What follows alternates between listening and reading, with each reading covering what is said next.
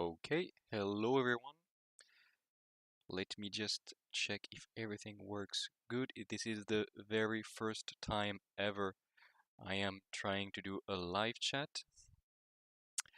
Let's first make sure it works. Hey, okay, so it works. Can you tell me if you can hear me well? Again, this is a very live first time I do anything live in terms of streaming. And yeah, I know there is something like 15 seconds of delay between the moments I say something or move on the screen and the moment you will see it. So I'm waiting a little bit. Hello everyone. I see that we already have Eardium and Exist3 in the chat. Little quiet. Okay. Not loud enough then. Let me increase the volume. Tuck. Should be better like this. Test 1, 2. Yeah. Should be louder like this. Hopefully.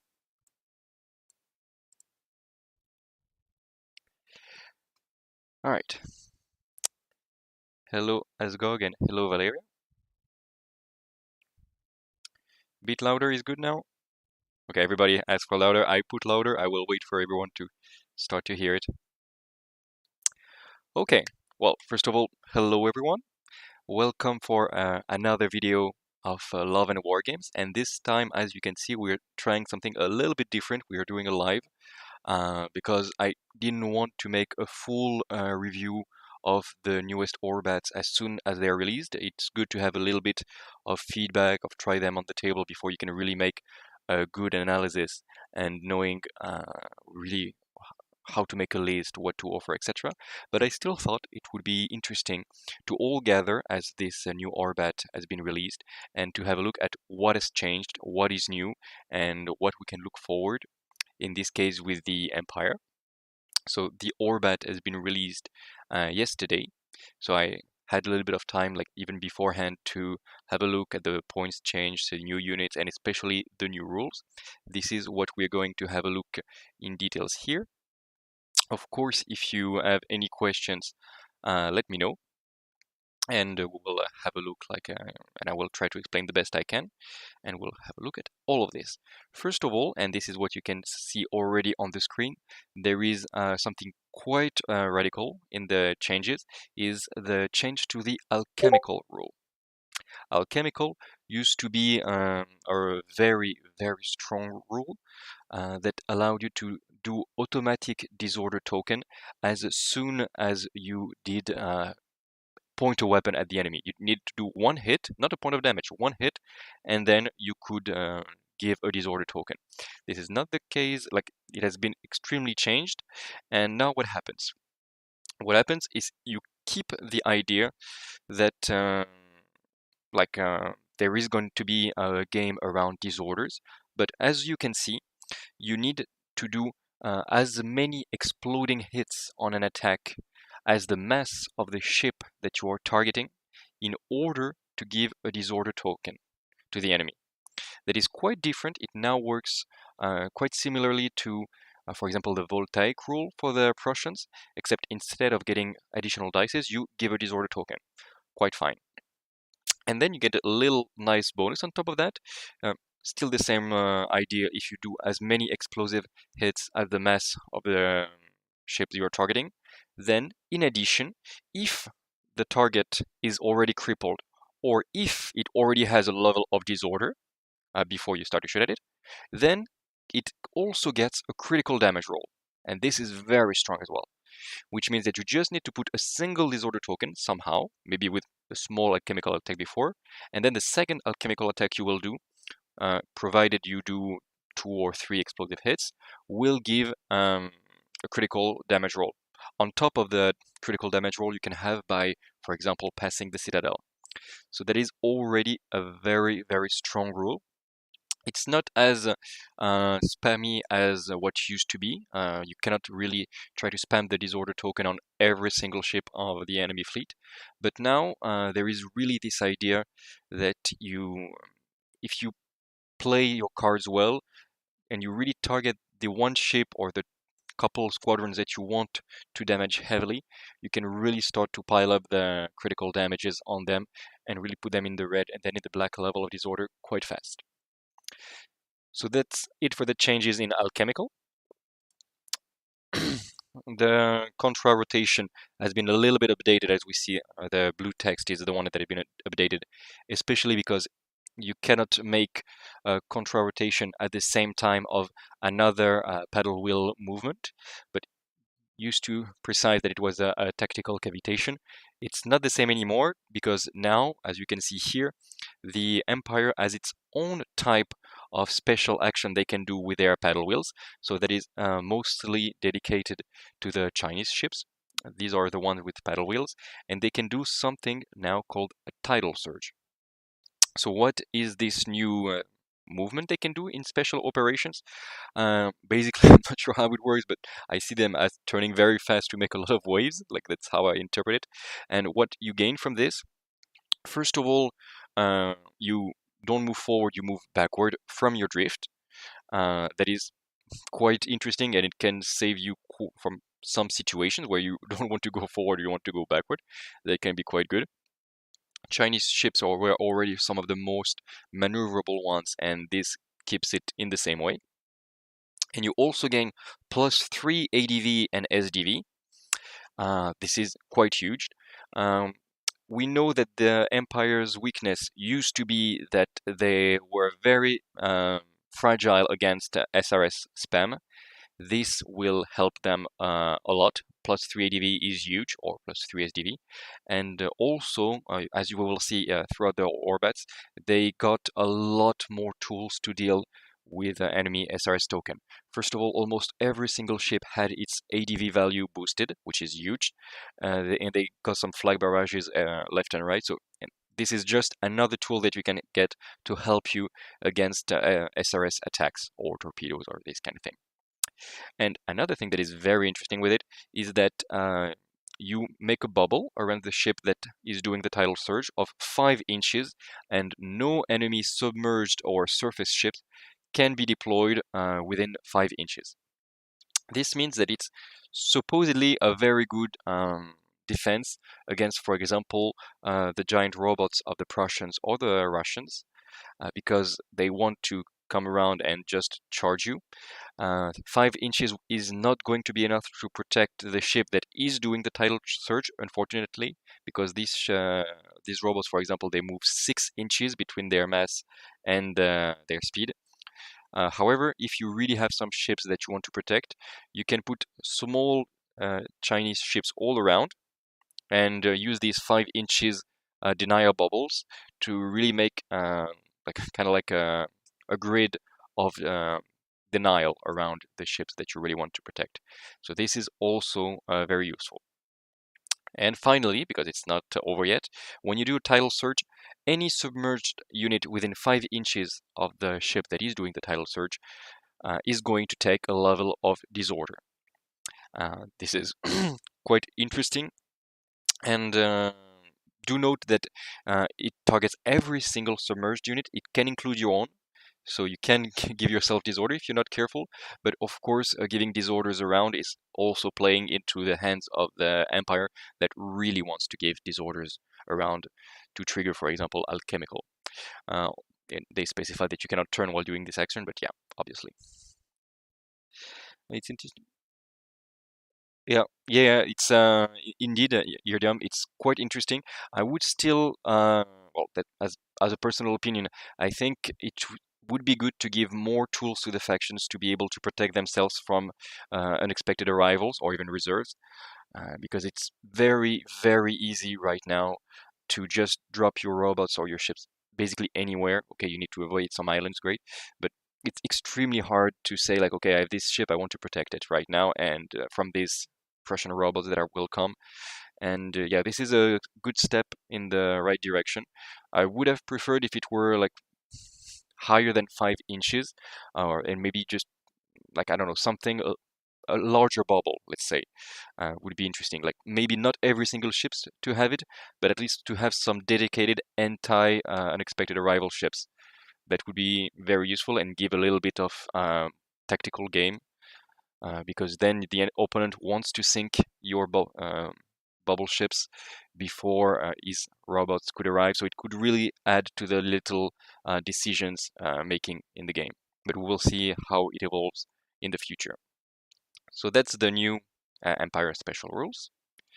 We also have the new format of the OrBats, of course, where, for example, the fleets, they give you these little symbols that you see there about like, okay, you need flagships, you need aerial units, this kind of thing.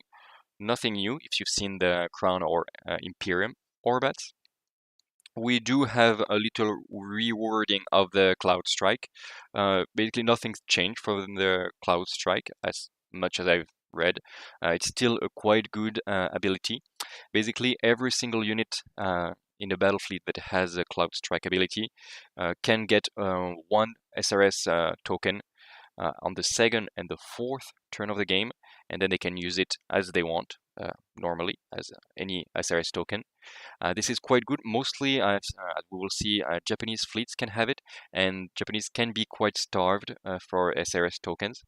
And this is a very good way to give you a little boost in the second or fourth turn, whether you need it defensively or offensively. So quite a good bonus, quite nice.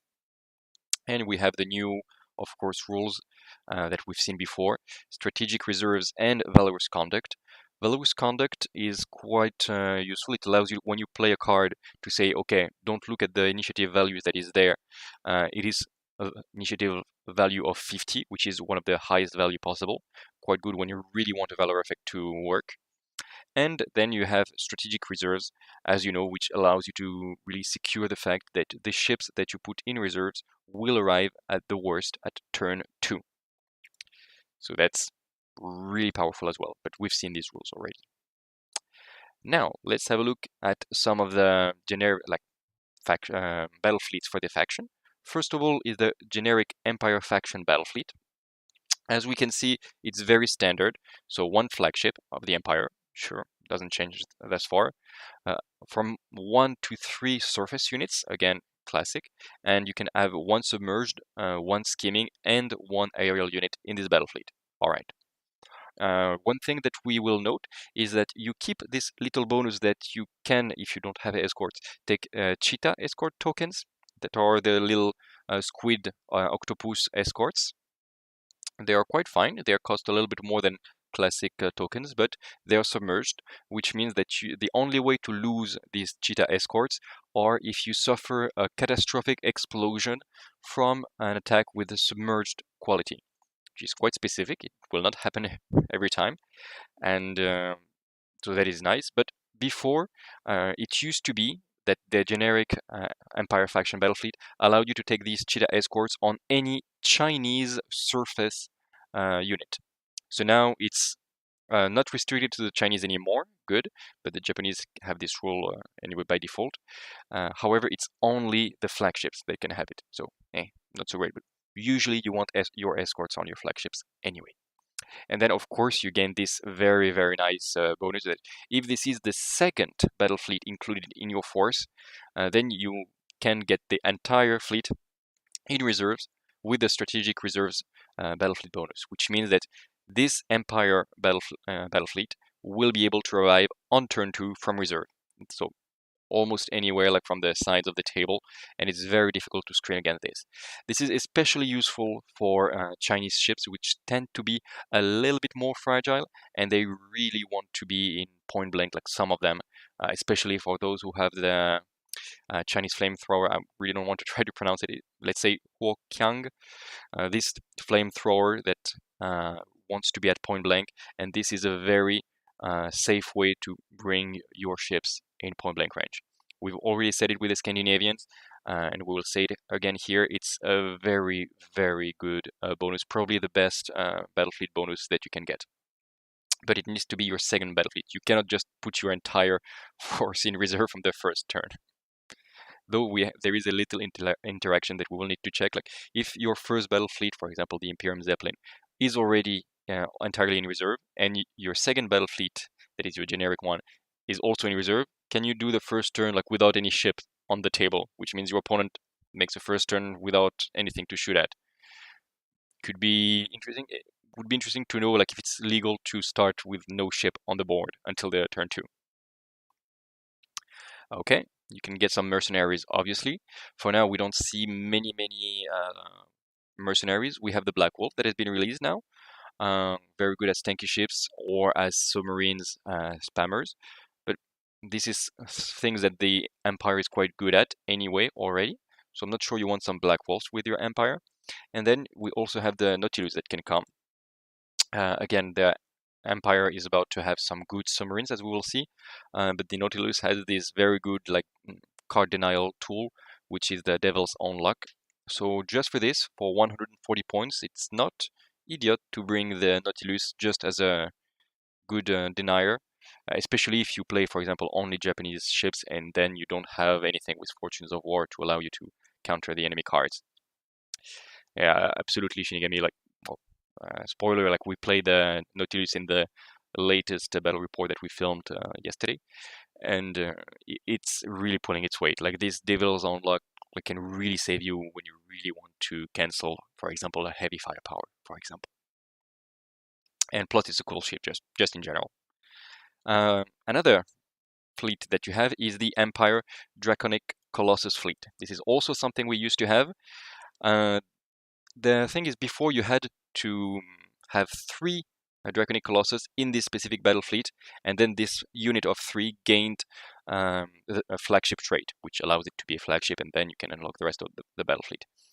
This used to be like quite a lot of points, but okay, fun. And you also had the added benefit of gaining a free, I think you had a free shroud generator on top of everything on all your dragons. And since they are from default armor 5, it was a good thing. Like, okay, you pay all 3 of them in this battle fleet, so you kind of go all in, but you gain shrouds, which they really need to stay alive.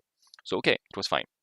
Now you don't need to have as many. You can have only 2 Draconic Colossus, one like single model as a flagship, and one that you can spread around in a second unit, so they can go their own directions. They are more independent, and you can really still spam a lot of them if you want to.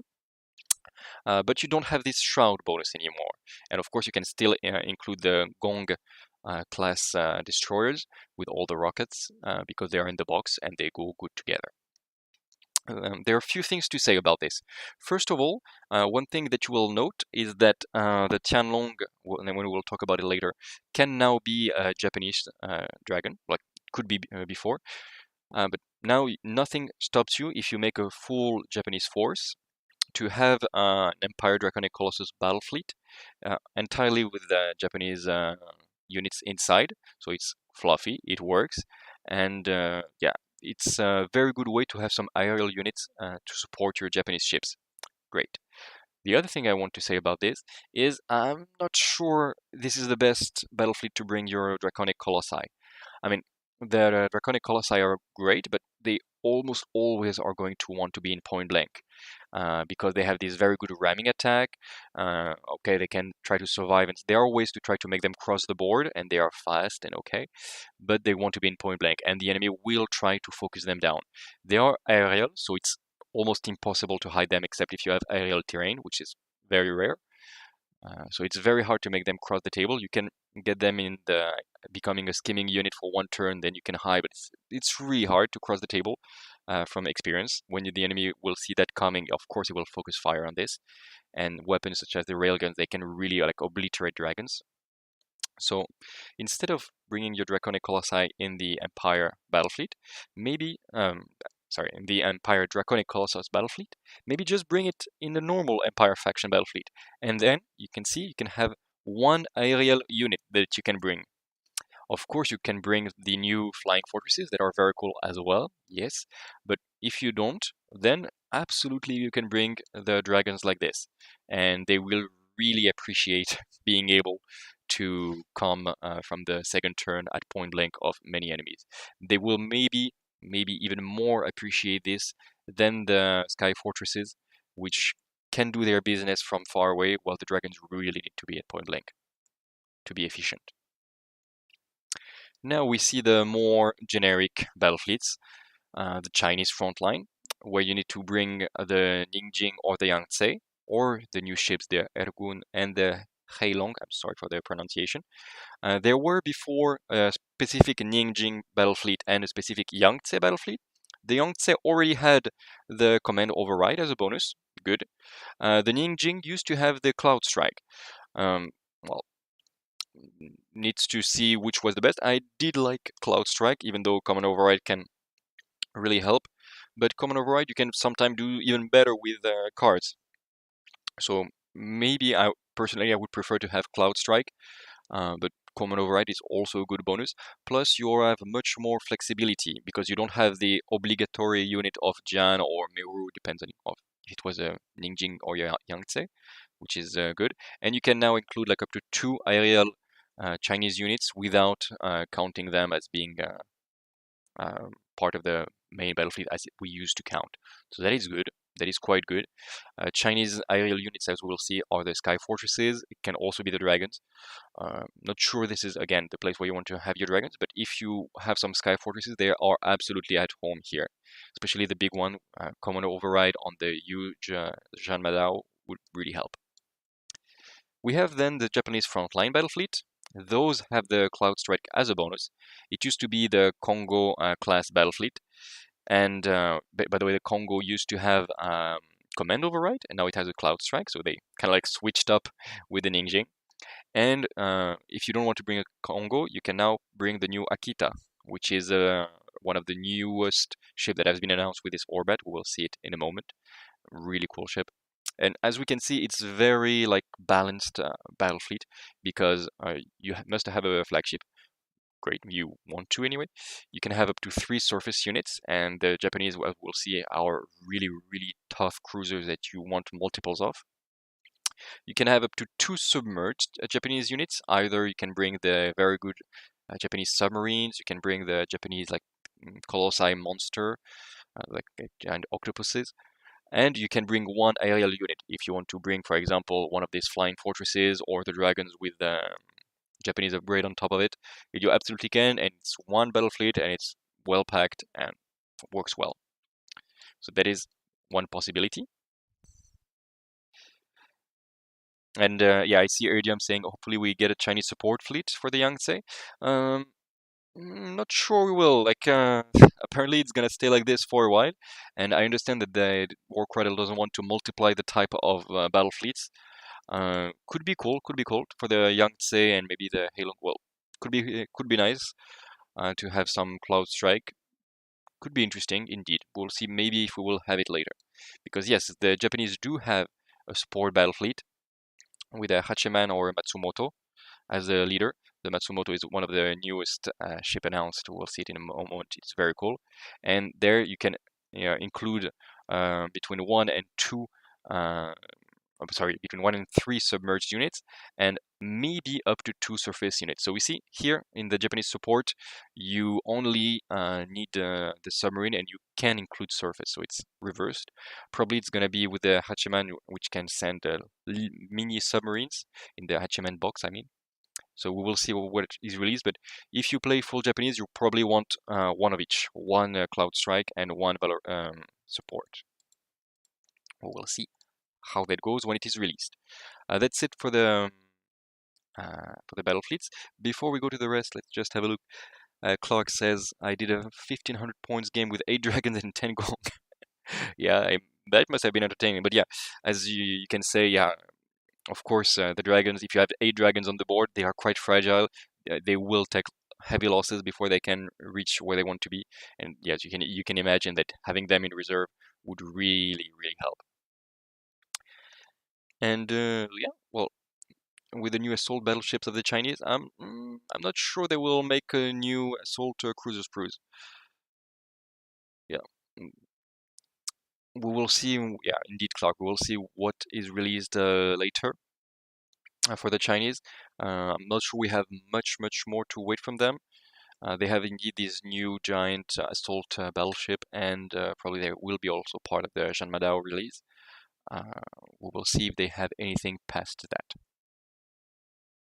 Now, let's talk a little bit about the specific equipment of the Empire, and there are some very, very interesting things. First, they still have the Buchi Ryu Dojo, which is what you can bring, for example, on the dragons or on the sky fortresses. It still gives +5 to the fray, and now you do need these dojo to gain elite crew. So rerolling blanks on assault, whether attacking or defending. Before it used to be that the dragons had it by default, they had elite crew anyway. Now you do need the dojo to gain +5 fray and to gain elite crew. So I highly recommend it to have at least one of these dojo if you have a Japanese flying units, and it's very good. And some ships, as we'll see, can spam the dojo to gain up to +20 fray. So as you can imagine, that is very, very efficient. We'll see it in a moment. There is a new type of weapon as well, the corrosive mortar. This is quite interesting. It's very similar as the Russians' seismic mortar. The difference is, well, they have a little bit difference in stat lines. Both of those can use a valor effect to gain a bonus. For the seismic mortar, you could gain devastating, and these guys can become alchemical. They're already hazardous, as we will see. Corrosive mortars, well, basically they replace the small rocket launchers. Okay, they are a little bit more expensive, but if you start to, they link much better than the alchemical rockets. And if you have large units with a lot of alchemical rockets, maybe consider changing all of them into corrosive mortars, because first of all, they can still get alchemical with a valor effect, and plus they link extremely well together. They have some very good profile, and we'll see it in a moment. Just note that the corrosive mortar being like a little globes of acid that explode above the enemy and then falling down. Obviously, it has no effect on submerged unit because then the acid just falls in the water, and that's not very efficient. So you cannot shoot at anything you want, but anyway, the alchemical rockets were aerial, so you couldn't shoot most of the time at submerged units anyway. But it's very good new weapons. Talking about very good new weapons, something very unique that has been announced, it's part of the Matsumoto M4 ship of the Japanese, is the Hyper Beam Lens Cannon. And this is very interesting how it's played. If you see in our battle report, Clash of the Titans, when we say like, okay, there is these two used ships fighting each other, and when they shoot anybody under, we roll a dice and we see, and if it's an exploding hit, it takes like critical damage and catastrophic explosion, and or it can take just disorders, etc. This is basically the same rule, but applied to officially to a ship in the game. So of course it's really, really cool. Basically you choose a target anywhere, so you can point it, and then you just trace a line between your ship and the ship that you've targeted, and every ship in the middle will have to receive a certain number of dices depending on how far it is. The further away the enemy ship is, the more dices you can throw, with up to 3 if you are at long or extreme range. Okay, and then you throw these dices. For example, the main ship that you target is at 3 dices. You throw 3 dices, and you can choose only one of the results that you will roll. So for example, you roll 3 dices, and you roll a heavy hit here. You roll a heavy counter, and you roll a blank. So you have 3 dices to choose from. The blank, no effect, don't choose that. Heavy counter, you can choose that the targeted model gains a level of disorder, fine. Or you can choose that he suffers a catastrophic explosion, which is much better, so choose that. And if there is a ship on the line that you determined that is, for example, at point blank, then you will roll only 1 die, and then you will need to apply the result that you roll. A little bonus to make it a little bit more stable. The ship that you targeted the first time, like the main target, one of the die, if you don't roll an exploding hit, you can say, okay, this die was actually an exploding hit. And what does the exploding hit does? It says that the touched model suffers a catastrophic explosion, already really good, really. And the player, so you can apply the result of another dice roll that has been rolled. For example, if you roll 3 dices and you have, for example, heavy hit like this, heavy counter and a blank, again, you can say that the blank is actually an exploding hit. And then you can use another die, so you can say that it's also going to take the heavy hit, so catastrophic explosion, which would mean that the target model suffers 2 catastrophic explosion. Very, very efficient, and it means that any ship that you target at long or extreme range, you have 1 chance out of 3 to cause 2 catastrophic explosions. I don't need to tell you how powerful that is, but yeah, it's just extremely good, cannot be obscured, you cannot stop this attack, like it's very powerful, but it's on a mass 4 ships. The next release will be the Sky Fortresses, says Iridium. We really hope so. I'm really hoping for especially the British Sky Fortress or the French Sky Fortress, or of course the Chinese. All of them look really cool. And indeed, Iridium Corrosive Mortar can give you disorders. The Empire is really going to be all about combos. A little bit like what the Covenant does, but here they really want to trigger a little bit, a lot of different things with their attacks. Like, okay, I'm gonna start with this attack. I'm gonna use a Valor effect. You create a point of disorder. Then this guy can shoot, and it will make critical damage. And yeah, you really want to have your plan and ahead of you, and yeah, it should be quite efficient. Oh my god, yeah, I didn't think about it, but yeah, if the Hyper Beam ship, the Matsumoto, come from reserve, you can put exactly where you want it to be to just have everything in line on turn 2, and then you just, oh my god. I'm just gonna scroll past something. I want to see if it can shoot Hyper... Okay, it shoots worse when it is in crippled value. But no, because reserves don't... Coming from reserve is not unexpected arrival, so you don't even shoot with your crippled profile. So yeah, it's absolutely legit. Oh my god. Well, yeah. I can imagine the opponent player of the Empire, when he knows that there is a Matsumoto coming on turn 2, just trying to spread his ships all around. Just, okay, no bubble, no nothing, just make sure that nobody can be aligned with nobody. Yeah, could be quite fun if this happens indeed. Good idea, actually. Yeah, idea. Would be quite powerful indeed. Now the specific generators. So most of those are quite common, and there is the generic changes that have been applied. For example, you cannot use Shroud against ramming anymore, which was a bit weird. Magnetic does not mean that you reroll the hits, but it means that you count heavy hits as single hits. Good.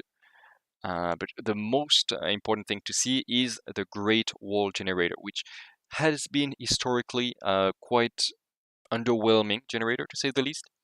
Now it is very, very interesting. It works a little bit to give you an idea, a little bit like the entropic generator that most of the Covenant ships have by default without having to pay for it. The Great Wall generator works a little bit in the same manner, in the sense that it will generate wall strength, like the strength of the wall, depending on the mass of the model that has the Great Wall. For example, if a model is mass 3, so Battleship, has a Great Wall generator, it will have a wall strength of 3. And to cause a point of damage to a model protected by a Great Wall, you need to add the wall strength to the armor for the first point of damage. Meaning, your mass 3 ships has armor 8. It has thus a wall strength of 3. 8 plus 3 is 11, which means that the opponent will have to do at least 11 hits to do a point of damage, and not 8, which is good. This is the first part of the rule, quite good. And another thing that is quite interesting is that the Great Wall is kind of like this vertical wall of defense, and it means that if an attack goes through the line of sight of a ship that has a Great Wall, then it means that the Great Wall impacts also the ships behind, and it will give the wall strength to the ship that was protected behind the Great Wall.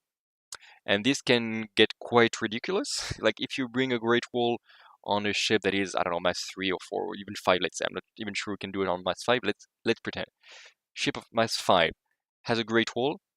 The enemy is shooting at a frigate behind that has armor 5. And now you don't need to do 5 to do a point of damage. You need to do 10. And let me tell you, this changes things. So this only works for the first point of damage, and so because it would be way too powerful otherwise. But yeah, it really means that you cannot just do cheap damages on ships that are protected by a Great Wall generator.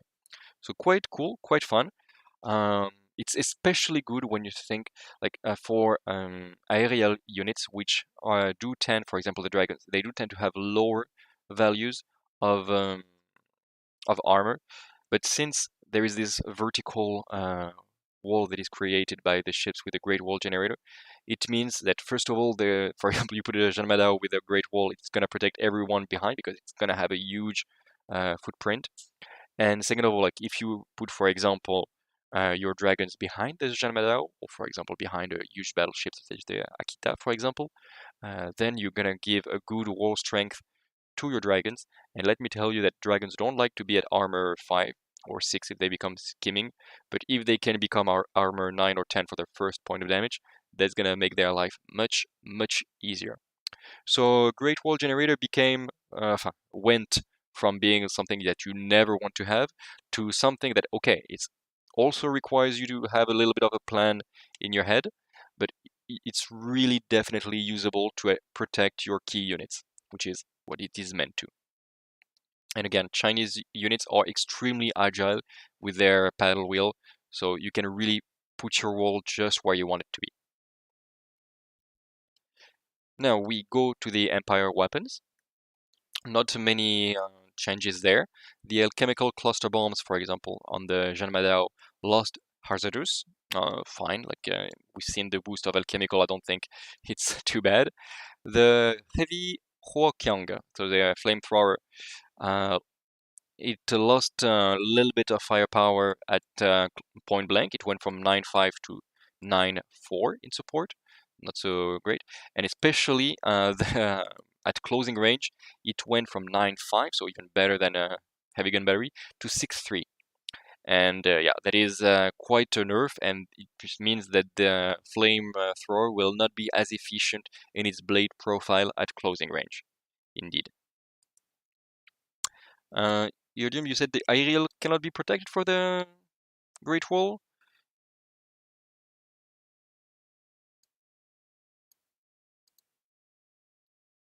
Okay, if multiple Great Walls, they can never be protected by another model, but may be protected if they have a Great Wall generator themselves. Okay, so the part when I said that you can protect your dragons, nope. Except the turn when you turn them scheming, which means they gain +1 armor anyway, your dragons, and then they can be protected by the Great Wall. So they go from 5 to 6, and then they can still go +3, +4 to get, for example, at armor 10. This can work for your dragons when you put them to scheming, if you don't want to put them in reserve. However, it also works in the idea of, I really have this image of just putting the Jean Madao in the middle of the table. You bring it a Great Wall generator, and then it's gonna add its mass, which is 5, as a wall strength to all the ships that are behind it. You can just put all your surface ships just behind the Jean Madao, just being protected by this huge floating fortress. And yeah, plus it's gonna be tough as hell, the Jean Madao then. So okay, indeed, you cannot protect, for example, the Jaiwei sky fortresses like this, except if they have the generators themselves. What do we have? We have this corrosive mortar as a new weapon, by the way. As we said, like when we compare to alchemical rockets, it cannot shoot at point blank, but it was not very efficient at point blank anyway, the alchemical rockets. It is hazardous and not alchemical, all right, but it can become alchemical with the corrosive mortar, as we've seen with the Valor effect, and it is much better at linking.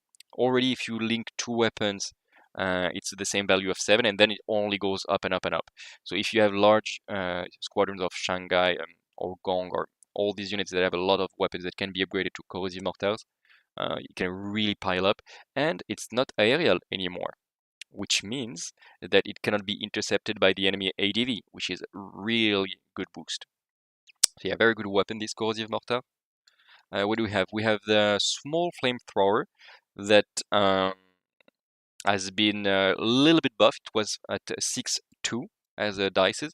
It went 7.3, good, but it's not anymore the big torrent. It is now the small torrent template.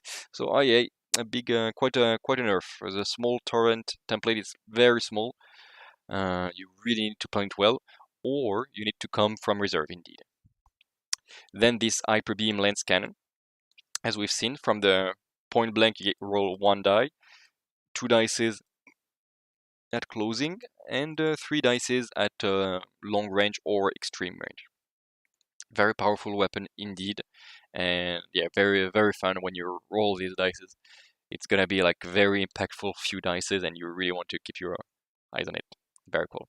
And then all the weapons are still the same. We're not gonna go through all of them in detail. We're just focusing on what has changed and what is new. If you want to see full OrBat's reviews, usually there is Speed Demon Painting that does very good, very in-depth review of every single thing. Now, what is new? We start strong with now the Akita Super Battleship, which is a Mass 4 Japanese dreadnought, I would call, or super battleship if they want to call it like this. Okay, so it's brand new. It's 332 points. That is a lot, but damn, it packs a punch. It has the classic configuration that we've apparently going to have on the British Gloriana or the Russian Moskva as well, which is 3 heavy gun batteries in the front, 2 small weapons on the side, like these secondary weapons, in this case the alchemical rockets, and then of course heavy torpedoes and heavy broadsides.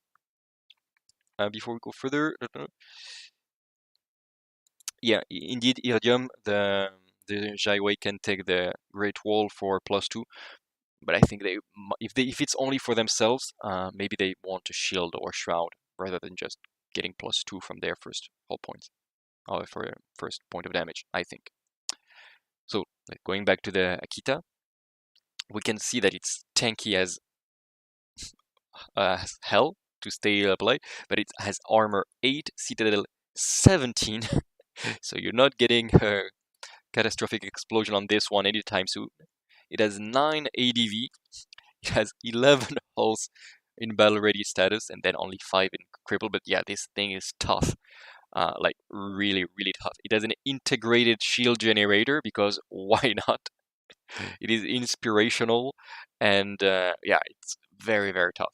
You can replace one heavy gun battery, for example, the heavy gun battery in the rear, with another model, which will reduce the cost by -10 point.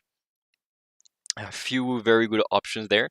You can give it a Great Wall, for example, to protect the units behind if you don't have other Great Wall sources. You can give it a Shroud Generator. I don't see it in the list, the Shroud Generator. Oh, interesting. Okay, you can not give it a Shroud Generator, which is weird. I don't know if it's something that was forgotten or not. It would have been very strong on him. Maybe they don't want to be too tanky. Or if you want to be a little bit cheeky, you can give it a Fury Generator. You can see that it's already at fray 14. If you can give it up to 4 Cheetah tokens, which would give it from 14, it would bring it to 18, plus 4 from the fray. It goes already fray 22. Ooh, that is very strong, and it has elite crew, of course it has, which means that you're going to have 22 dices for the boarding action, rerolling blanks. There is not many things that can survive that. Plus, it has a funny rule that is brand new in this OrBat, or at least I've never seen it anywhere else. It's priority signals. It means that when you try to do a valor effect and your opponent cancel your card by spending a card, you can try again and throw another card on the table, and if your enemy wants to cancel it, it still can use Fortunes of War, for example, and your opponent has to put a second card as well if he wants to counter it. So it's, first of all, it's good when you really want to try to get something to force your opponent to give up or to spend all its cards as well. So that is cool as well. Another thing that is very, very cool is if your opponent, for example, has only a Nautilus as a source of denial. For example, yeah, you play against an Imperium player and he has one Nautilus for Devil's Own Luck. Devil's Own Luck works only once per battle round. So it means that if your opponent counters your first card with the Nautilus, you can spend a second card and then it will not be able to use the Devil's Own Luck again. So very good when you really want something to work. And then it also has inspirational, which means that you can reroll 1 dice in for each friendly unit within 10 inches during their activation. 1 dice is not much, I must admit. Everybody forgets this rule all the time. I've never seen anybody use it. It's 1 dice, it's not very important, but if you remember it, it has it, so use it. And yeah, I really cannot wait to see what it will look like. The Congo is already one of the coolest miniatures in the game right now, and I'm really looking forward to seeing what the Akita will look like. And obviously, since it's a Japanese ship, like every Japanese ship, it has Shadow Hunter. Just a word, like for those who don't know, Shadow Hunter means that before the first turn, but after deployment, every ship with Shadow Hunter can redeploy basically, and you can move them. If I can just show you the real rule. Wasn't it there, Shadow Hunter? There it is. So yeah, each unit with this rule may be redeployed once with the normal rules. That is quite huge because, yeah, basically your entire Japanese fleet can be anywhere. And when you have a tanky ship that is relatively fast, mass 4, speed 4, and you give it a fury generator and you want it to be point blank range, if you put it on the flank and your enemy brings everything to counter it, and then you put it on the other flank, it can really cause headaches to your enemy. And we'll not say it again, but every Japanese ship has Shadow Hunter, so do take it into consideration. Yeah, it's basically indeed the Yamato, basically. But it would be weird to call it the Yamato because it's like 19th century history game. History. So it would be weird to give it to World War II ships names, but yeah, it's basically this indeed. We then go to the Chinese with something that is not released yet, the Airgun Assault Battleship. It will be very interesting when we will start to have the new rule that hopefully will come in 2023. I have no idea, but I hope, where we will be able to send troops to conquer islands with some ground units tokens. That will be very interesting. And then the Airgun will be one of those ships that can just start to deploy troops on the ground. That's going to be very cool. But until then, it's still a very powerful ship. It's only 285 points for a mass 3. It has 10 and 4 hull points. Well, I will not make the review of what it can do, but basically it has a magma cast generators, which is, if you know the cryoblast of the Russians, it's kind of the same. You can use it as a weapon, or you can pop up little islands, except for the Empire it's volcanic islands and not icebergs. And what you can use the Airgun right now is you can use it as a boarding vessel because it has these shadow jumpers which allow it to board at 6 instead of 4, and especially the assaults gain alchemical, which is quite good. And especially, look at this little rule, alchemical conflagrations means that actions with alchemical or hazardous quality gain devastating, which means it boards with fray 16, and of course you maybe want to give it a little fury generator to go at fray 20. So it boards at fray 20 with alchemical and devastating. So might be even more powerful than an Akita as a boarding ship. It can get armor sweep, so it's very fast, tanky, very good ship as well. But I will not make the full detail. Basically what happened, it gained 1 point of ADV. This is something that we'll see in most of the models, so I will not point it out every time, but yeah, most of the ships have gained 1 or 2 points of ADV. This guy got 1, and he lost 1 hull point in crippled value. Still a very good boarding ship. Cannot wait to see what it actually looks like. Then we see the Hachiman assault carrier. So it's a Japanese surface unit that can send little exo subs. Very cool SRS tokens. It's not really SRS. It works a little bit like for example, the Whales token or the Orcas token of the Covenant, in the sense that they cannot be intercepted, if I'm not mistaken. Yeah, they still cannot. They have 2 ways of attack. Either they stay these exo subs under the water, and their attacks then have homing, devastating, and submerged, and they have 5 accent dices per token. So if you send all 6 of them, C+5 is going to be 30 dices. That's with devastating. Nothing is going to like that with the devastating, homing, and submerged. Like, what the hell? Or you can use it above the waves, and then it is homing, piercing, and aerial. So kind of like classic SRS attacks. You cannot intercept the tokens themselves, but you can defend against their attack. So either using your SDV from the first line that we see here, or using ADV against that. But yeah, this is going to be devastating attack anyway. You can also use them to clear minefield. Don't do that because I mean, it's good to clear minefield if you don't have anything else, but they're so efficient, these exosubs, at attacking the enemy carriers or whatever, that it's a bit of a waste to use them to clear mines.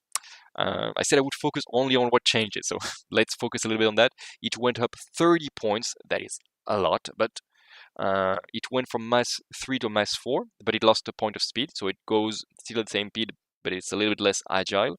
It lost one of its alchemical rockets that it had in the rear, and its firing angles are a little bit worse now. It has basically the weapons only on the side, and they can put either forward, either on the side, but they cannot both shoot to the rear as they used to. Just worse firing angles.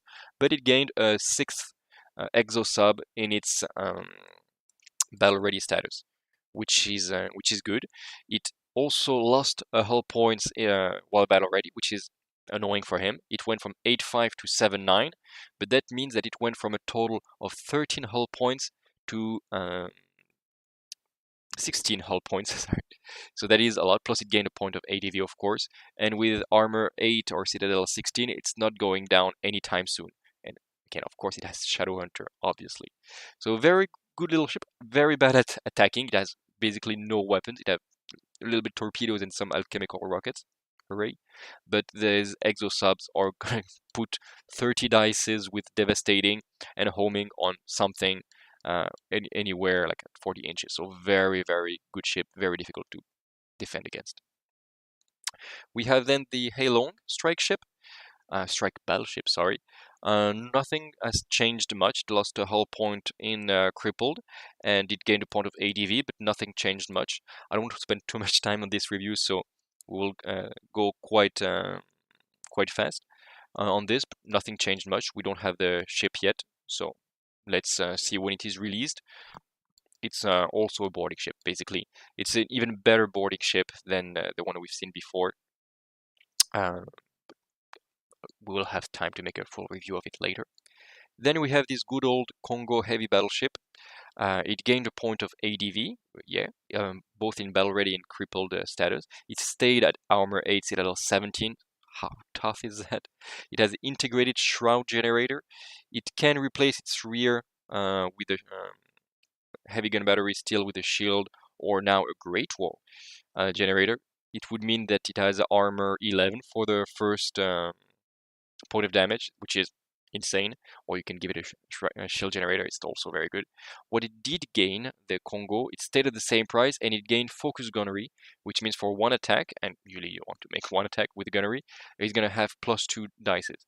So very good, especially if you use heavy firepower, or even if you don't. The Ninjing didn't change at all. It was very good ship still, and it just gained Tidal Surge and a point of ADV. Nothing changed much. Okay. One thing that is good is this variant called the Keying, which used to have heavy gun batteries, and now it has heavy alchemical rockets, which is much better for the same price because it has alchemical conflagration, which means that weapons with alchemical gain devastating. Great. Before it only had its heavy flamethrower that had this, and now its main gun batteries also have this, which makes it a much more interesting proposition. It was a bit weird that it had heavy gun batteries, and it has been corrected now. So really, if you want to buy an Ninjing, might as well upgrade it to being a Keying. It has elite crew, it has an integrated interface generator, which might be fine.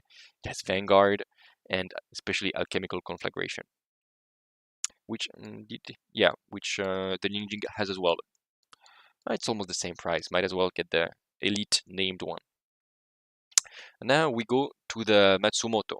The Matsumoto is this new Mass 4 ship that was announced with this OrBat, and it's the one that has this hyper beam lens cannon that you can use to trace a line and just do a lot of damage to anybody on this line. It is quite interesting. It's not.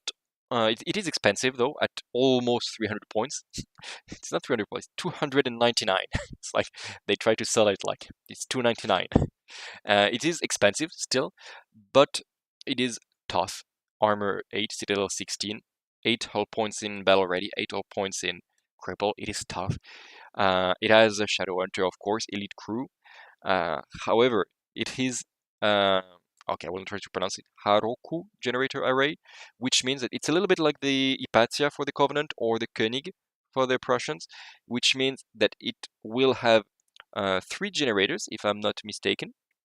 Yeah, 3 different generators, and all the ships within 7 inches that are mass 2 minimum will count as having the same generators. So you can just make a bubble around where everybody will have, for example, a shield generator, a shroud generator, and let's be crazy, like a magnetic generator, and then you can have a very, very tough fleet all around the Matsumoto. If you've ever played against it, I don't need to tell you how efficient it is to have a generator ship, especially at larger point games. Okay, it makes you more vulnerable to blast because you really want to have everybody packed together, but it's just so efficient to have all your ships, even though they cannot take generators sometimes, to have a shield and a shroud, and especially those two. It just can nullify a lot of attacks. And then, of course, if you put it a Fury generator and then you have all your Akitas and stuff around, it can just get silly. Though be careful, it cannot make jury-rigged repairs, which can be really annoying because, for example, your enemy gets you a generator offline somehow with a critical damage, or for example, voltaic or weapons or something. You cannot make jury-rigged repairs at the end of the turn, which means it's gonna get tough if you do get a generator offline critical damage. Then you get the Yangtze, quite a classic of the Empire lists before, and I think it will remain so. It still has Fortunes of War, which is great. It still has logistical support, so you get +1 card, which is great when you start to go into a card burning gate with your opponent. It is impacted by the new updated spotter rule, which means that you have to choose between either ignoring the target being obscured or getting sustained.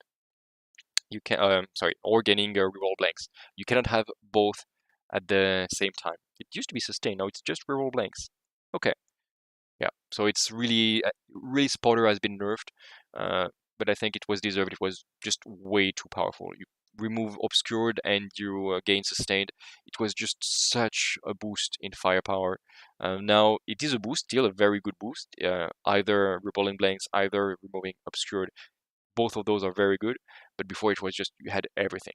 And so the Yangtze is less good as an artillery ship now, but it is very good as a logistical ship, and it's still very powerful as an artillery ship, just not as overpowered as it used to be. And now we go to the Jean Madao Sky Fortress, the one I'm really, really looking forward to see, and I'm sure that some of you are really excited too. I had the chance to play against Jean Madao some months ago. You might have seen it in some of our written battle reports on the Sturgeon Lounge. It used to be good, but not that overwhelming. It was fine, but it was expensive. It was good SRS supplier, but that's it. What happened now that we're getting closer to the release, it gained everything. We'll talk a little bit about the Sky Fortress because there is 2 Mass 2 fortresses that are also available to the Chinese, and they share a lot of rules, and some of them are extremely new. First of all, it gained, I didn't wrote it down, I think it was 450 points before, so it gained almost plus 100 points in cost. That is a lot indeed. It gained, of course, additional ADV, and it gained 2 hull points in its cripple value. Okay, but that does not justify being a plus 100 points, you tell me, and you would be right. What it gained a lot. It gained a lot of weapons. It gained a second alchemical cluster bomb, which is great for linking. And we've seen before that they are very good weapons. It gained, before it had only 1 heavy broadside on the sides, left and right. Sorry, port side and starboard, if we want to use the right terms. And now it gained a second heavy broadside, also port and star. And it gained 2 heavy broadside to the front and to the aft. So if you point yourself right, you can have up to 4 heavy broadsides, and they actually double, so you can have 8 heavy broadsides just shooting around if you get your Jean Madao, for example, in reserve in turn 2 and just put it in the middle of the enemy fleet. It can be absolutely insane. It has great heavy broadside capacity, and now it can replace any heavy broadside with a heavy Hwokyong for free, the flamethrower. That can be also insane. Like we need to make the calculations which one is the most optimal, but the heavy Hwokyong with a torrent template uh, is also Fusillade, if I recall. So both of those are devastating.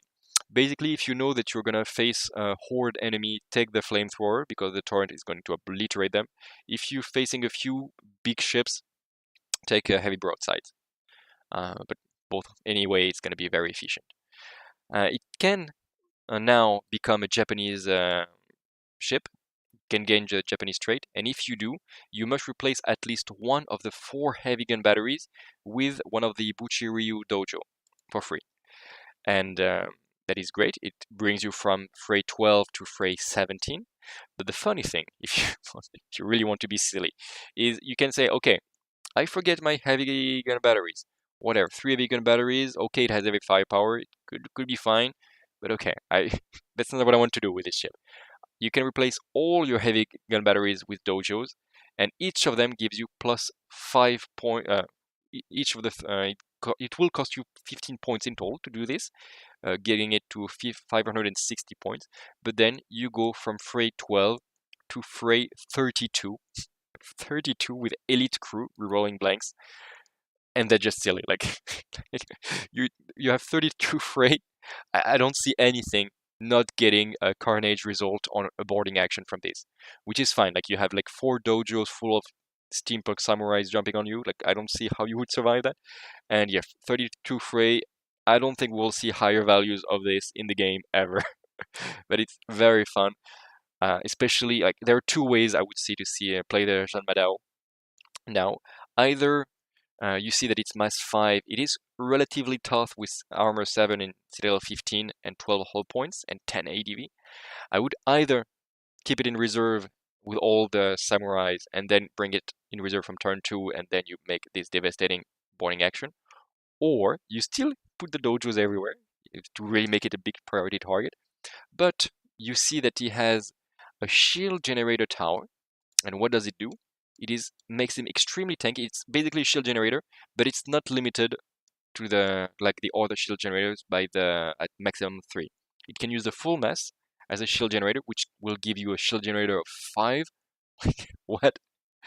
And you can you give it a I don't know, you cannot give it a Great Wall, I think. Oh no, my whole plan goes in flames. Yeah, you cannot give it a that would be too good. That would be too good. But okay, you can still. This is typically the kind of ship that you can, if you want, just put at the middle of the table and say like, okay, waste your firepower on it because it's gonna have a shield generator of 5, armor 7, Citadel 15. It's still not going down anytime soon, and you know that when it comes to the front, like it's gonna just do a lot of damage. It also have this priority signal rule that we talked about. It has flag barrage 12, 12, and it has SRS capacity of 10, because of course. And it has this very fun rule that is brand new, unique to the Chinese fortresses so far, which means that you can, at the beginning of each round, you can say which part of this unit is the front. And probably it's going to have the same face everywhere. It's going to be like a floating city. So you need to say which one is the front, and this is what is going to be the front for the drift, movement, shooting. It's especially going to be interesting, for example, for alchemical cluster bombs. For example, you go just in front of the enemy, and at the beginning of the turn, you are just in front of them. And instead of having to like pass over them, you don't have that much movement. You can just say, okay, I'm actually going to go backward instantly. It's going to be extremely easy. And then you can just move a little bit and it's going to be in your rear arc. So it's very, very convenient to fly these ships. And the Jean Madao is just extremely, extremely tanky. Yeah, indeed, Clark. Like the Jean Madao in reserve, it's going to be terrifying. Though I really do see it being a very good distraction ship. Like it's aerial, so it's not that easy to get into good firing range because it counts as one rangement further. It is very tanky, like it has a lot of ADV, it just laughs at rockets. It has shield generator of 5. Like I can see this being what your opponent wastes its firepower on, while your real damage dealers get closer. I mean, this is also a very good damage dealer, but I kind of feel like I would like to use it. I will try at least once to use it as a distraction ship, either in the middle, either on the flank. Like Dejan Mala on one flank and all your ships with Shadowhunter on the other, and then you see what you want to do with Shadowhunter if you want to reinforce your Jean Madao or leave it as a distraction. I think it could really, in any case, be very efficient. But yeah, you can really play tricks on your opponents with that. All right, that's it for all these very cool mass 4 and plus flagships. We will go quickly over the normal ships. There is much less changes around. For example, this battle platform has not been updated at all, so I will just skip very fast over it. What has changed, for example? The Dao has just gained everything. It's one of the Chinese surface ship, the one with the heavy gun battery and the little alchemical rocket in the front. First of all, it became cheaper. It was 84 points per model. Now it's 82. It gained ADV, great, and it kept armor 6 in its crippled value. And it gained this shallow draught rule, which is not, we have never used it. We never used the treacherous water rules. But yeah, it just gained buff after buff, and it's cheaper. So yeah, take it. It's much better than before. Good for the Dao. Then we have the Gong. The Gong destroyers can now be taken in squadrons of 2 and not of 3. For a reminder, it's the Gong destroyers that come with the Dragons box. And yeah, they are more expensive. Yeah, they were 35 points per model, now they're 40, but they can be in squads of 2. They did lose a point of speed, going from 11 to 10. However, they can now take corrosive mortars instead of both of their alchemical rockets. It is going to be much expensive because then it's going to be 50 points per model if you replace both alchemical rockets with corrosive mortars. But if you do, damn, that's gonna hurt. It's gonna be really like glass cannons then. But if you want to shoot down, for example, an Imperium Zeppelin, let's have a look. You have Skyfire, which means you reroll blank on aerial units. Great, because your weapons are not gunnery, so even if your opponent is lumbering, you will not reroll blanks without this, so Skyfire is great. And then you have the new Pack Hunter. It used to be like you needed to have 3 models in the unit, and then you gain +2 there. You gain +1 dice per model with this rule. So you get a big pack of 6 Gong destroyers, all of them with corrosive mortars. That's going to be expensive. They're going to be 50 points each, so 300 points for this big pack of 6 gongs. Spread them out, you don't want to lose them to a blast. But then, before, with the alchemical rocket, you could throw 29 dices. And your enemy could use aerial defense to try to intercept, etc. Good attack, not overwhelming. Now, you're gonna, if you target a big Imperium ship, for example, the Zeppelin, you're gonna have 43 dices, potentially alchemical. It's gonna be hazardous. It's gonna reroll blanks, 43 dices, and your enemy cannot use its ADV. You're basically giving a catastrophic explosion at anything you point it at. And of course, like something like 4 points of damage. This little unit of 300 Gong destroyers, it might not look intimidating, but it can almost instantly cripple an Imperium Zeppelin. The big ones. So really consider this as your Sky Hunter. There's going to be more and more Sky Fortresses being released in the coming months. So really one of the big winners of this new OrBat with the alchemical rockets, with the corrosive mortars and the new Pack Hunter is going to be these Gong destroyers. But be careful, they're still Citadel 11 Mass 1. They can pop fast. Another winner, I would say, is the Hokkaido Heavy Cruiser. Stayed basically the same. It gained 5 points. Like in the sense it costs 5 points more, going from 120 to 125. Okay, but now it's much more resilient against ADV, which was a little bit its weakness before. First, yeah, it gained a point of ADV to protect against SRS, great, and it gained Flag Barrage 2, which means that you have a pack of 3 Hokkaido, which are again, very efficient combat cruisers with two heavy gun batteries, one heavy gun battery, heavy broadside, torpedoes, like everything. And now you're gonna have this whole package with also flag barrage 6. Very good to defend yourself. Someone pointed. Clark said that Skyfire. Okay, damn, you're right. Hey, the corrosive mortar. You're pretty sure you're right that they don't have aerial. Bah oui, they don't have aerial. You're right. So you don't reroll blanks with the gun. Absolutely right. You're absolutely right, guys. Still think that 43 dice is without aerial then is going to be devastating. And yeah, we will see this when we indeed Clark talk about the Shanghai. Didn't notice it was cheaper, the mortar. Is it? Oh, okay. And the term just feels painful. Yeah, exactly, Clark. We're talking about the Jean Madao, saying that yeah, this would really be like a good distraction ship, but we will see. Tak. We have the Honshu light cruiser that also gain a point of ADV and the new Pack Hunter, but a little bit less interesting on Mass 2 ships. Because you can have maximum of 3 of those. Still a good little ship.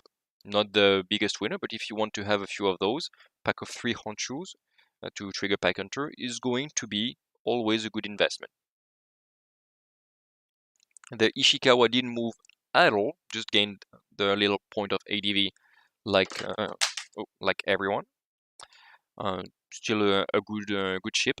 However, it still has Moon Pool, which used to be very nice because before the enemy could target your SRS token and trying to destroy them, and it was much easier to lose escort token, around you. Now you can only lose your Cheetah escort tokens when you suffer from a catastrophic explosion from a submerged weapon. So it's quite specific. And then with this, you need to roll blue, so you gain basically a 5+ on your escort token when you lose them. It's extremely for me it's anecdotic. It does have mine layer and it's relatively cheap, but Moonpool is just doesn't do enough now. Like gaining a 5+ basically on saving your Cheetah escort tokens when you get a submerged catastrophic explosion. It's not.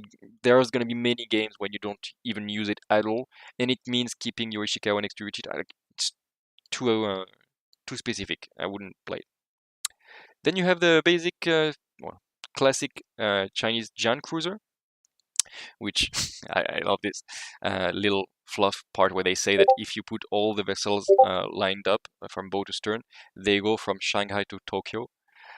We did the calculation. I think it was something like 8,000 kilometers, something like this. Like, I don't remember the distance exactly, but it was absurd. Like, it was something like 10,000 ships, or like it was way too much.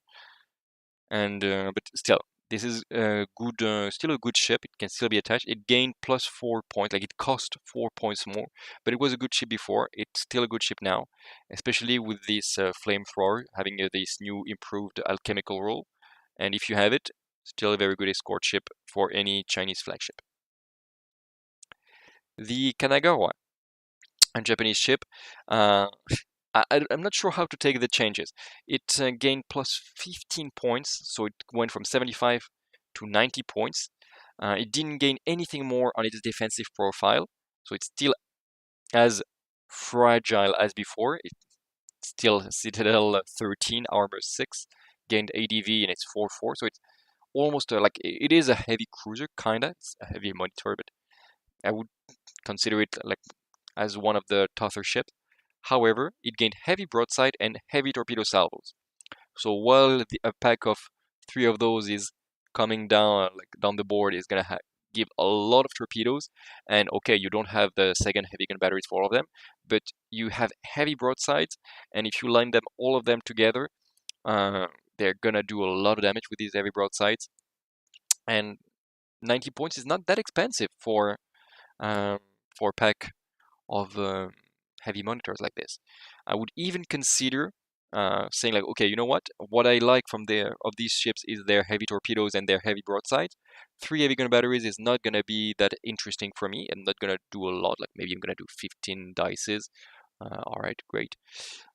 Maybe you replace the heavy gun batteries now with something like the freight generator or the Great Wall generator, something, and then you just charge them forward. You have heavy torpedoes for a while, and then when you are at point blank, you can use your fray or end your heavy broadside, and they're gonna be very efficient. But then they also have maritime patrol, which I don't know how to use it. The torpedoes don't need it, and when will it really be interesting? If you have alchemical rockets, heavy alchemical rockets, but do you really want them on these ships exactly? Sure, you can make them rear table shooters with heavy torpedoes and heavy alchemical rockets, but I'm not sure how to play those ships. They seem good to me. They seem cheap. I'm not sure how to play them. I'm not an historical Empire player. If you have any tips on how you would think to play the Kanagawa, I'm very curious. It sounds like a good ship. It sounds like it's efficient for the cost, uh, but I'm not sure how is the best way to play it. Then you have the Kyoto fast frigate. Nothing changed. No new rule. Nothing. Still the same. Uh, I'm very like I wish I could love these ships because they are very cute little frigates.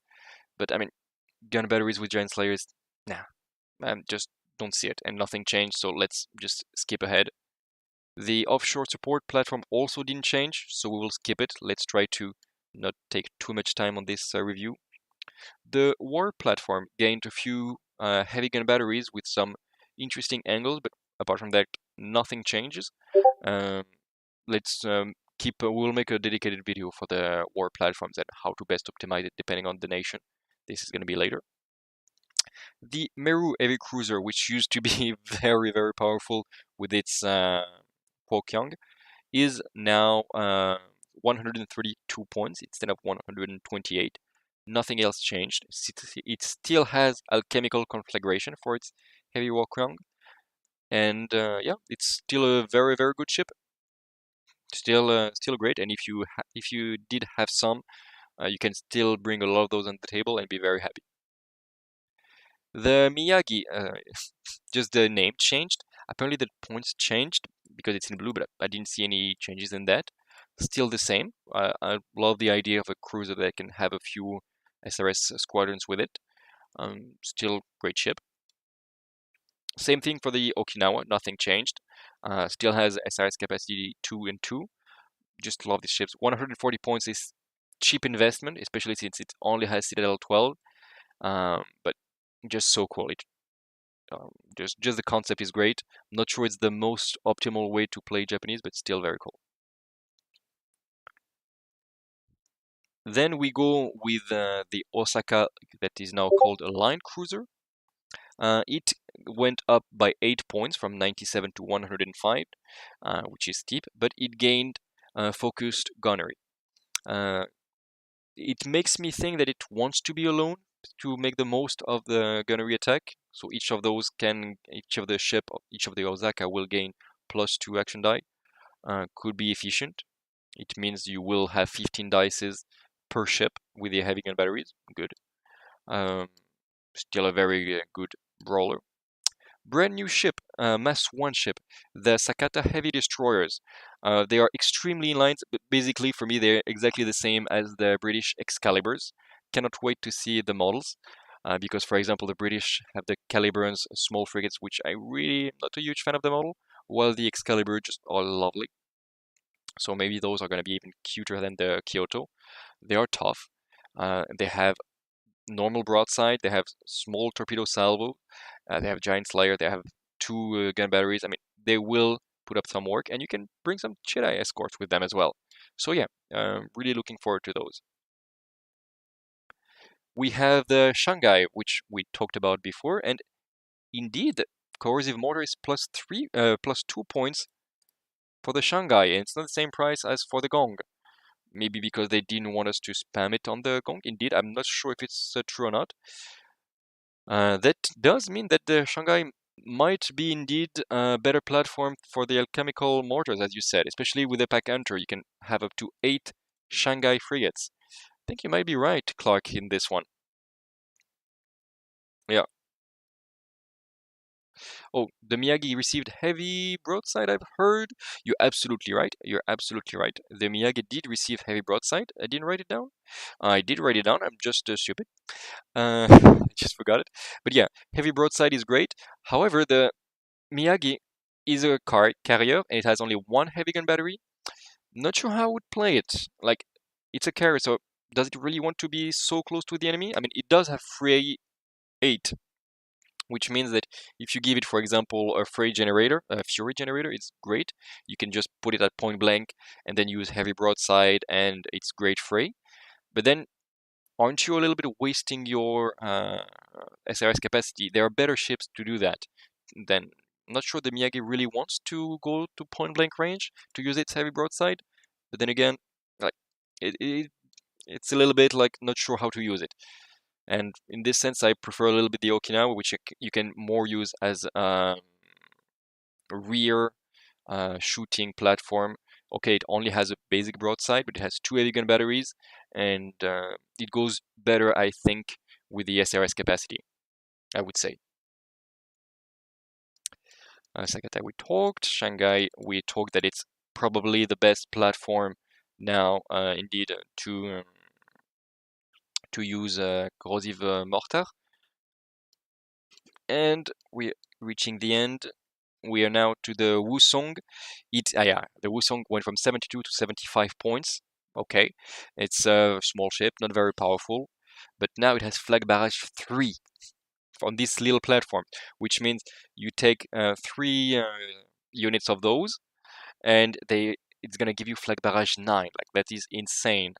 It's a very good escort ship. It cannot really be attached unit, but it's great at escort because it will give you a lot of flag barrage. So very good upgrade for the Wusong.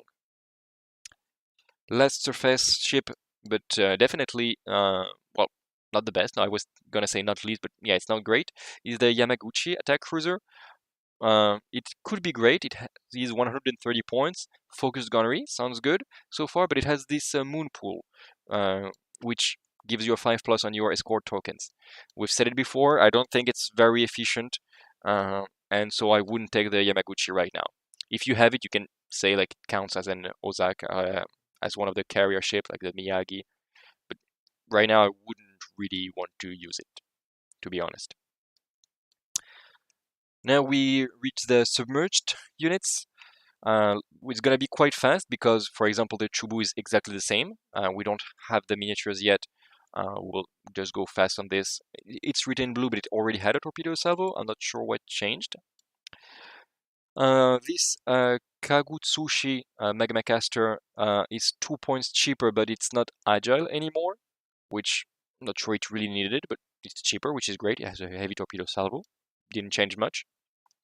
The Kaiju now cannot use their attacks, their Shokushu, against aerial units, unless the model doing this is an aerial unit itself, but in this case it's submerged, so no. Other than that, nothing changed. We have a brand new unit here, the Kansai Battle Submarine, which has unexpected arrival and strategic withdrawal. That sounds cool. I really wish my Morganas could have this. But in this case, it has heavy torpedo salvo, so it has extreme range. You want it to be in the back and just shooting all day. And it has strategic withdrawal, which means that you can do kind of like what you do with the Prussian robots. It means you arrive, you do something. Next turn, you go back under the waves, and then you appear again. But if you do this, you use your heavy torpedo salvos at crippled value every time, and you have extreme range. Like, you don't really need to be teleporting around. So, bit weird ship. I'm not sure if I like it or if I would like to have another ship. Heavy torpedo salvos is great. 100 points is relatively cheap, but why do you pay for these extra rules of unexpected arrival and strategic withdrawal? Not sure. Better even to put it in a reserve with this generic battle fleet. Maybe something I'm missing, but it doesn't have a great free value either. It has ADV2, which is unusual for a submarine. Yeah, I just don't understand this. And then you have the Koromodako submersible strike ship. It is much cheaper now at at 105 points now. It gained +1 ADV. It remained agile. It has a shokushu as well, quite interesting. It can make some good ramming action, but it doesn't have ramming weapons, which is a bit weird. You can ram, but it's not gonna be great. It's gonna be like what, hull 4 plus your speed 5. You're gonna have maybe 9 dices, something like that. Um, maybe +3. Okay, you're gonna have +3. So I'm not sure what you're supposed to do there. It's like a small submarine that can do better ramming, but it's more expensive. It sounds fun, but maybe you should give it a close combat weapon. Would be much easier. The Mizushi, which is basically the smaller Ashiman, it can send exo subs. There's very powerful, kind of like SRS tokens that we talked about before. What changed? It lost agile, it gained a point of ADV, and it got a little bit more expensive. Still, if I had these models when they're released, probably I would take this because the exosubs go extremely good with the heavy torpedo salvos. Yes, it is a bit expensive, but then you can just stay way in the back and you have a threat range of like 40 inches, even without before counting your movement. You can just throw your torpedoes, throw your exosub. It goes very well. Like it's a ship that works, if you know what I mean. Just you see what it's supposed to do. It stays in the back, shoots torpedoes, send its exosubs. That's it. Plus exosub carriers, submersible exosub carrier. How cool is that? First of all, let's maybe start with this. I cannot wait to see the model. The second Colossus Automata, the Ofukuro Ika, does not have anything new. There is this one line: this model may use this weapon in a ramming action as though it were mounted in the fore arc. It's the new thing. It's what was added. I don't understand because they're already in the front arc. So what does it change? Not sure, but if you see what it means, like what changes with that, this model may use this weapon in a ramming action as though it were mounted in the fore arc, but it's already F. So if you see what it means, let me know in the chat. Otherwise, yeah, not sure what changed. Otherwise, still a fine ship, still fun to play.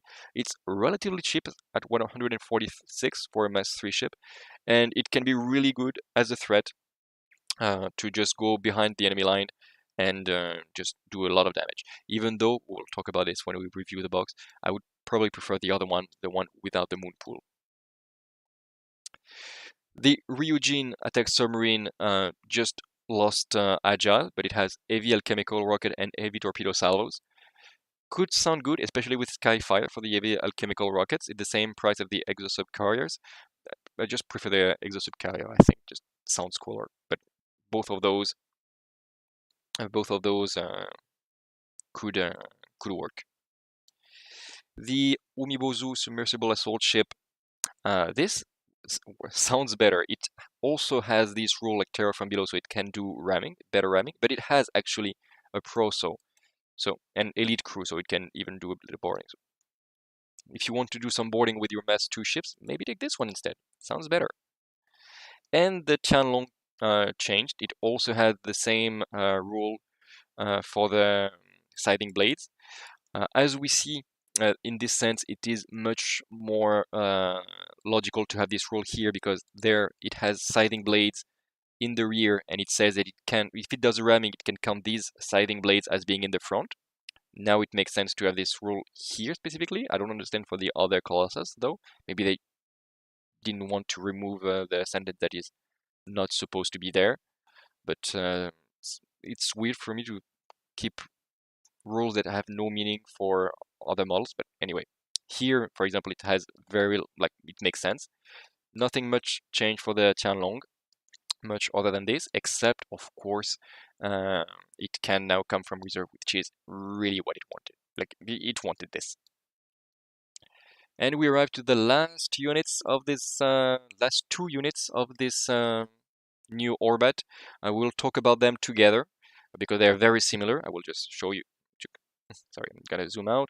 Yeah, it's the Zaiwei and the Qianshao Sky Keeps and Sky Bastions. They are very similar.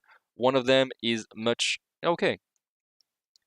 All right, all right. The Zyway is now much cheaper. Okay, because this is the latest version of the OrBat, and because we the war host we have some version being updated one after the other, and I didn't see the latest change. I did come up with the idea that the Kanshao was way better than the Zyway, and they were before both of those at 160, and I was like, there is no way anybody's taking a Zyway over a Kanshao for the same cost, because basically they are sky keeps. These didn't change much from the previous version of the OrBats. They are still good. They have this new decentralized system that we talked about for the Janmadao. They have Flag Barrage 4, which 5 for the Zyway. It's even better now, which is great to have Flag Barrage. And the difference is that the Zyway has a broadside to the front and the rear, and heavy alchemical rockets, while the Kanshao has a SRS capacity of 4.2, so it's a carrier at the same time. So for the same price, I think the Zyway had the same flag barrage capacity as well before the Kanshao, so it's also a boost. But before, basically, the Zyway was the same, except it had broadside front and back. Yeah, and which was you wanted the Kanshao as SRS support. But now that the Zyway is quite cheaper, I'm like, oh, maybe I want the Zyway as well. Could be, especially we need to see the footprint. But let's remember as well that the Zyway can replace its heavy alchemical rocket at the 360 degree with the Dojo. And that is something very interesting, especially since it gives them Fray 13, which is going to be insane for this durability and this utility. But also, you can reduce their cost by 10 now and give them the Great Wall. I really need to see the miniature and the footprint that it will have on the table, but it could be a good source of a cheap source of Great Wall. You put them in the front, and they're only mass 2, okay, but they could protect the ships behind with their Great Wall generators for quite cheap. And since they are aerial, there are many weapons that can only shoot at closing range that would not be able to shoot on them because they are aerial. So I could see the Zyway being a good first line of defense with great walls. Could really see that, especially it would give them armor 8, Citadel 13. It would really help. Or you can use the Kanshao, which are more expensive. Maybe not as a great walls, but maybe more as shooting platforms with SRS and some good firing capacities. Or you can use them as Japanese ships, give them Bushi Ryu dojos, and then you really want to put them in reserve so they arrive turn 2 and can do their boarding actions. Indeed, Iridium said that it's okay. It was indeed the rule for the dragons, indeed, that there was this specification for the Tianlong, but still, I think they could have removed it for the octopus. That's it for this OrBat quick review. It still took an hour and a half, but we focused really like on the new changes. We saw a little bit the playstyle that could be possible with this new OrBat. I'm very excited of these changes. Before, the Empire was a little bit I wouldn't say boring faction because they were not. They were the first faction to get their colossi, but their rules were just not that special. They had alchemical and that's it. Now I really see few different play styles. You can play full Chinese, full Japanese, or a bit of both. There is these aerial units that you can put anywhere. They really have a lot of different play styles. I cannot wait to have the next boxes being released. The Japanese submarines are going to be insane. The Genmada, of course, it's going to be crazy. And even the new ships like the Matsumoto or the Akita, it's probably going to be a dual build now that I think about it, are going to be great as well. Like, it's a good time, I think, to start as Empire players. Or if you were looking to start Empire, it might be a great time to start, because now more than ever they are going to be fun to play. Their main weakness, which was the SRS token spam, has been greatly reduced now that they have better AD values all around and many ships have flag barrages, and you're going to start to be able to throw more SRS token as well. Yeah, I think it's the faction with the most flag barrages so far, by far. Like if you count the sky fortresses and the cruisers and everything, you really don't fear the SRS tokens that much. And yeah, they just seem to be a great faction. To be honest, personally, I really look forward to a full Japanese battle fleet. Just Shadowhunter is such a strong role in any game when you know you can redeploy after deployment. Uh, you know that it's going to be efficient, even more in a game based on movement, such as Dystopian Wars. The new ships like the Hachiman and the Akita and all the submarines are. I'm waiting to see at least a concept art or before I see the miniatures, but just the concept is amazing. And it just seems fun. Like just having just the Congo having Citadel 17 just tells you everything you need to know about the Japanese faction. They are tough. They don't have that many tricks, but they will shoot you down, and they have Shadowhunter. And the Chinese with all their alchemical tricks, with their flamethrowers and their chemical rocket and corrosive mortars, they're really more like a combo faction, the Chinese. And then you have the Koreans, which we didn't actually talk about it, but it's a new keyword that is on the Sky Fortresses, so the Mass 2 and the Mass 5 fortresses, and it gives them the Korean keyword. Uh, doesn't do much for now, except just reminding that for the Empire, the Koreans are supposed to be the pilots. Doesn't do anything more than this for now, because there is no Korean battle fleet or this kind of thing. Maybe there will be later a Korean battle fleet when the Jeanmadao is actually released, so you can just put all the sky units, all the sky fortresses, and say, okay, this is a Korean battle fleet, and they have the Korean keyword specifically. Maybe that's what's gonna happen. For now, it doesn't do much. And yeah, lots of different play styles, lots of different possibilities, lots of excitement in the horizon. And yeah, cannot wait to play on this. I did get kaiju battle box, so expect to see these giant octopuses that you see in the screen quite soon. For now, I don't have another more Empire ships yet, but I'm really looking forward for it. They would go good, but for now, I just have the octopus. Message to our cradle. Yeah, I'm willing to play test the Akita for sure. Joke aside, you will see these giant Ika very soon on the channel, and more Empire, of course, in 2023, because really I'm looking forward to try those. If you have any questions now, you can put them on the chat. I'm going to take like 5 minutes of questions, and if not, we're going to finish this live stream. Also, I hope you enjoyed the experience. It was, for me, like I said in the beginning, my very first streaming experience. I hope everything went well. It was clear. I don't know if you saw it, but I'm supposed to have a camera actually picture in there. Not sure if it worked. Maybe yes, maybe no. I will see in the replay. If you have anything that you would like to say, like how to improve, how to yeah, how to make the streaming better, or if you have suggestions about what you would like me to cover later, for example, well, then for sure, let me know, and I will take it into consideration. If you landed here by mistake, then well, do give us a thumbs up and do subscribe, because Dystopian Wars is an amazing game. And if you want to see all the news and the battle report and the tacticas, you are on the right channel. And if there is no question, well, then it's gonna be time to close this review of the Empire OrBat.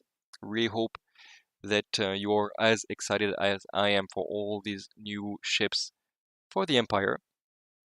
And yeah, apparently there is no question. Hopefully everything was clear. So that's it. This is it for Love and War Games. I hope you enjoyed the video. Give us a thumbs up. Tell us in the comments if you did like it. And until the next video, remember to keep spreading the love all around you. Bye.